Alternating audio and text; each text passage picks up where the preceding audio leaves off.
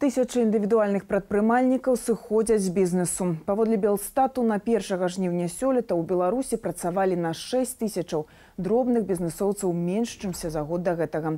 Як выжываюць тыя ІП, што застаюцца, і хто прыходзіць на месца тых, што сыходзяць? Разбіраліся мае калегі.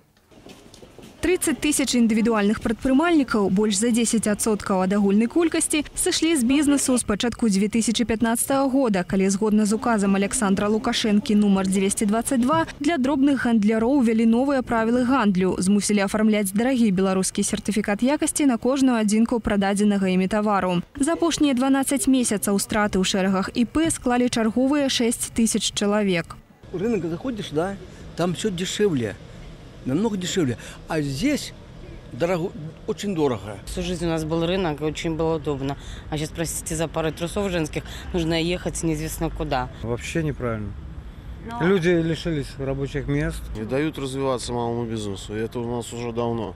Актывісты прадпрымальніцкага руху, аднак, адзначаюць, што афіцыйныя лічбы толькі вяршына айсбергу. Чтобы вы знали информацию. 16-й год статистика. Потери предпринимателей 41 517 человек ушли. 32 тысячи пришли. Разбежка вроде бы 9 тысяч. Здесь имеется в виду качественный фактор. Пришли-то те люди, которые хотели уйти от декрета тунеядства, просто зарегистрироваться, один раз в год заплатить налог. Як працуюць тыя ІП, што засталіся, мы спыталі лідера прадпрымальніцкага руху «Перспектива» Анатоля Шумченку. 222 указ, он нанес серьезный удар по индивидуальным предпринимателям, и как раз-таки сокращение их количества это является прямым следствием его работы, о чем мы тоже предупреждали не раз. Вот. То, что сегодня нету тотальных проверок, это скорее то, что есть воля определенных чиновников, которые пока не дают команды.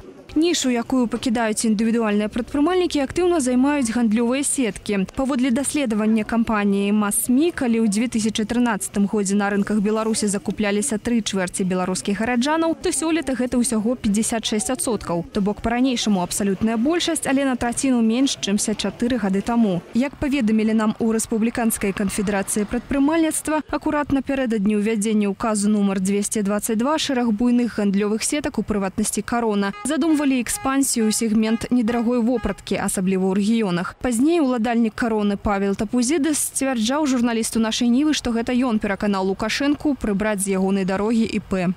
Напрыклад, апошняя нарада. Калі нам забаранілі гандляваць півам і гарэлкай пасля 22-й, я падняўся і сказаў: «Александр Рыгорович, гэта няправільна». І ён адразу ж пагадзіўся, і рашэнне было адмененае. Ці з сертыфікатамі. Я казаў: людзей трэба прывучаць. Спажывец, купляючы куртку, павінен быць упэўнены у якасці тэрмаапрацоўкі. І там адстаяў, і там адстаяў.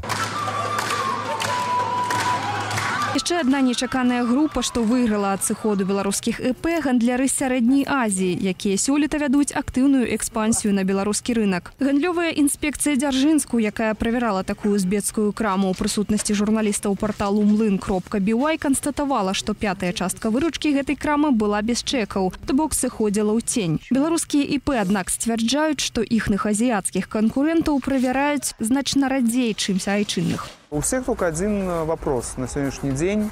Кто крышует это? Кто крышует, кто за этим стоит?